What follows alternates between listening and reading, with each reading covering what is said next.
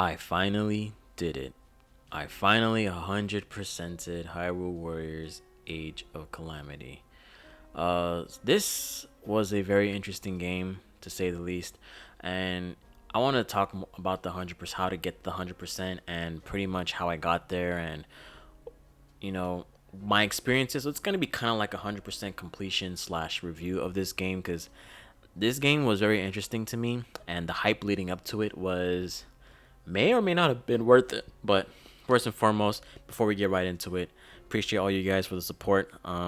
We're still on the road to 5K subs, so appreciate you guys. Like this video, sub to my channel. I do a bunch of Pokemon stuff, so this is going to be kind of not for the Pokemon fan base, but if you guys want to explore something out of Pokemon, this might be the game for you. And of course, a lot of people have played Breath of the Wild already, so this game had somewhat of an expectation, but at the same time, as a Hyrule's Warrior game, the temptations and they might have been here and there. But all right, let's get right into it. So you can see on my screen, it took me roughly about 70 hours to complete the game. So there's that. Damn, I killed a lot of opponents, by the way. Holy crap. Regular battle KOs, divine beasts. I have more kill than divine beasts. That makes sense. But 100% map completion is what I really wanted to talk about. And honestly, now of course there's going to be spoilers because I can't really talk about the game without even, well, 100% without even spoiling the game. So this is going to be spoilers. I'll put spoilers in the title as well. So turn around because I'm about to talk about stuff that is, you probably haven't been to that part of the game yet. So all right, let's get to it. So first and foremost, pretty much Link, and I'm gonna pull up Link real quick. At this point in time, because of all the grinding you have to do, literally I completed every single region, 100% in every single region, and I got the infamous or the famous Hyrule Warriors outfit, which I'm about to show right now. If I get into the map, so that's what it looks like, and it looks pretty sick to me. To be honest with you, I thought I was actually getting the Ocarina of Time kind of vibe from it, and I forgot that the Hyrule Warriors outfit is a little different, but with the actual, like, it looks kind of cool. I ain't gonna lie, very good. And obviously with that, a bunch of the costumes or the designs you get are obviously, they're from the original Breath of the Wild game, and they look pretty cool. I like Dark Link a lot. I actually use them quite a bit throughout my journey here in getting to 100%. This is pretty badass. And but this is what you get for a completion, 100%, like everything. And yeah, I was very surprised by the characters as well. Like some of them were actually pretty phenomenal because I thought, a lot of characters are gonna be bad, and some of them kind of do feel weird. But I really enjoyed using Link the most, and obviously the Master Sword is the most busted sword possible. Um, it's incredibly useful against malice infected enemies like guardians, Lionels, Talus, Hinoxes or Hinoxes, whatever you guys want to call it. You confuse this very easily, and look at, you can see the skills right there, or the seals that I unlocked. And it's a pretty good sword. It's like 90, bro. 90 plus 5. 95 damage output. Jesus Christ.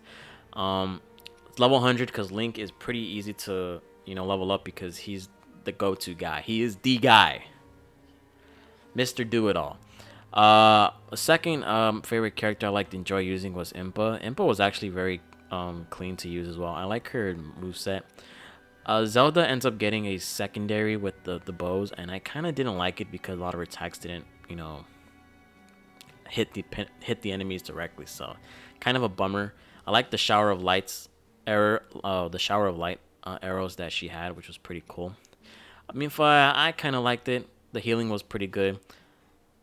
Hestu, I really didn't like using him. Urbosa was my second favorite up until Impa overtook that. So I think Urbosa will be my third favorite character to use because she has pretty good, like, her moveset just feels super good. I wasn't a big fan of Rivali. I wasn't a big fan of Daruk because Daruk was kind of too slow. Rivali's like arrows, I feel like it just misses all the time. Sidon was actually okay, decent.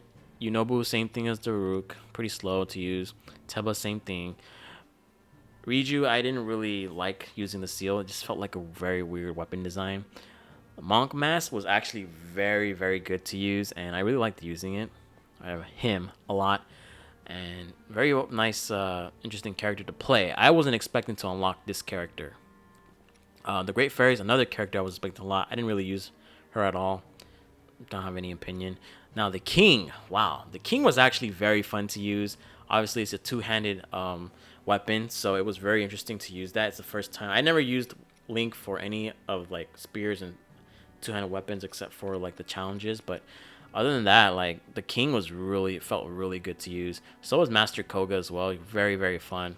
And then obviously you unlock the last two quote unquote secret characters with Terako, which is you get him by assembling all the parts, 50 parts post story, and then once you do all that and you complete like literally everything, with the Terako, you get Calamity Gannon. And you get Calamity Gannon by essentially doing the craziest, good lord, the craziest challenges in the game. And I'm going to jump right into the story of the game. The story was actually non-canon, as I found out through several people, although I feel like it's kind of canon, but it's in a different timeline that diverges to the beginning of Breath of the Wild, because technically what happened in Breath of the Wild was post 100 years after all that happened, and this diverges from that point, so it's a different timeline. I really like the story. I really like the interactions between a bunch of characters, especially seeing the characters that were unfortunately either faded out from Breath of the Wild or they just sort of got murked by the Calamity Ganon. And it was very fun to use different characters, especially the champions, because you don't really interact with the champions in Breath of the Wild, and this was a very good touch. The story was, I would say, it was a tiny bit weak in regards to how it connects to the Zelda universe, but overall, I really enjoyed seeing other characters. That playing other characters was pretty fun. So I'd give the story probably like a 8 out of 10. Like I said, it's a little weak in regards to how it is in comparison to the Zelda universe. And yeah, it was a pretty good story, interesting story too. It showed a lot about Zelda's character and why she felt very insecure about her powers and all that. Also, another thing, after you beat the main game, you get this Blood Moon, and it increases the levels slash difficulty of the monsters that you face. And yeah, it was I've done a few moon challenges just for the XP. It's pretty helpful because you get a lot of kills, and especially in the early beginnings of the game with the Blood Moon on. So pretty cool. I also played this in normal difficulty because if I wanted to complete a game, I don't want to stress too much about it. I just want to 100% it. I don't really care about skill because I usually play all the games normal and 100% normal, and then try doing more difficulties at 100%, like, the normal mode in Breath of the Wild and master mode in Breath of the Wild. And I 100% in the master mode because it was a higher difficulty and you get more cool stuff out of it. So in this game, the difficulty didn't matter because the rewards were the same and the XP is the same. So just more damage from the enemies, higher HP, and yeah. Anyways, the craziest level I've ever had to face, and I know I have it here somewhere. Like my top 3 craziest I've ever had to done. This one's crazy, like the Unnatural Disaster. The recommended level is 80, and I think this is the highest recommended level for any fight. It's no healing items appear, so you can't heal essentially, and it's time limited. It's basically facing the Malice infected like big bosses, and it's basically a boss rush with full health. Just try to survive as much as you can, and pretty much if you can exploit the weak point gauge by using bombs or using your Sheikah tablet to you predict what they're about to do, like either use bombs or use magnesis and all that, it comes in very clutch, and that kills your enemies very fast, especially with the Master Sword with Link. Any high level recommended challenges, use Link. That's my preference, unless you have a maxed out maxed out a character. Master Sword all the way, and you should be good. This is like one of the top 3. I'm still trying to think about my other top. I like try to figure. Oh, you know what I can do? I can simply click this, or not that. I can click. There you go. The recommended levels. Versus Calamity Gannon. This one goes up against the Harbinger, um, Astor, and Calamity himself, which wasn't that bad. And I think this is how you actually unlock Calamity Ganon. The fiercest of fours against Lionels wasn't that hard. The Heart of Calamity. This one was actually the craziest. This is actually kind of crazy because you go up against all four Blights, Ganon Blights, the Harbinger, and the Calamity Ganon. And it's a boss rush. So it's 6 boss rushes. And you get like a 24-minute timer. So it's basically you kill off the Calamity. I mean, if you kill off the Blights very quickly, it will be a lot easier to manage time. The Siege of Fort Hytena. Oh my god, this was the worst. And crazy, I consider this to be the worst one, even though it's level 78. So this one was a lot crazy because you essentially have to time manage by defeating the Guardians. Don't let them invade the fort. If you defeat the Guardians, the timer stops, which gives you time, quote unquote, to go in and face Astor and the Harbinger, and they're guarded and their gate kept by I believe Malice infected like big bosses, mini bosses, I guess, like the Hinox and the Talus. So just get rid of those and then go after one, and then make sure you kill the Guardians at Fort Tunnel. But what I did was pretty much try to kill every single Guardian after the first one you kill in Fort Hytano to stop the time, and then separate your party of 4 to different places on the map and kill every single Guardian you can possibly think of. Because if a Guardian enters the fort, the timer commences again. Meaning, if let's say it took you 12 seconds to beat the first Guardian, it's at 8:48. The timer stops at 8:48. That means you can go into the field and scout out and lead your team to different Guardians and destroy them as fast as you can to prevent them from invading. Because once the Guardians run out, your timer stops completely and it lets you kill or go after Astor and the Harbinger, and then eventually Calamity Ganon. Cause I had attempted this 3 times because I didn't understand what was going on, and this was the ultimate like skill test in regards to can you manage time between enemies, defending your allies' forts, and basically traveling the map and knowing how to set orders to your characters to use. Very important. Basically, this is the I think this is the real true test of beating the game. All the skills that you require to use in this game, pretty much this is where it's at. The Heart of Calamity, I already talked about that. Fiercest of foes. My God, I can't speak today. Lionels aren't that bad. The Malice ones are kind of annoying because they have too much HP. Whereas Calamity Ganon, like I said, it's a mini boss rush. Then you get this boss rush, and then this one is like the worst one, and then this is like the quote-unquote ultimate boss rush because it's recommend level 80. But this was pretty easy to use. Like again, if you exploit the rods, I think the 2 things to get the weak point gauge like depleted very easily are using bombs, timing the Sheikah tablet attacks, predicting what they're gonna do based on their movements. If you can look at their movement, you can predict what they're about to do. So flurry rushing, know how to do that. It's a very tight window in this game compared to Breath of the Wild. So learn how to flurry rush very quickly. And last but not least, the rods. The rods are very, very useful. For example, against let's say a Frost Talus, like the one you see right there. If you use a fire rod, of course, it's gonna mean that you can weaken the gauge very, very quick because it's anti-ice. Same thing with flying opponents like the Guardians. Water Blight, I believe, is part water, and if you use electricity, boom, weak point gauge you can exploit. You can just deplete them and get your weak I call it smash move, whatever. After you deplete it, comes out a lot faster and does a lot more damage. So pretty good. And with the Guardians too, they're elemental. If you can counteract the elementals, very, very good. Very easy. It's a lot easier just to do that kind of stuff. But you learn that throughout the game. You learn that using the elements, use them to your advantage. because they're very helpful. Um, in regards to like completion, like literally, if you do fights, new, I guess I don't know what to call these.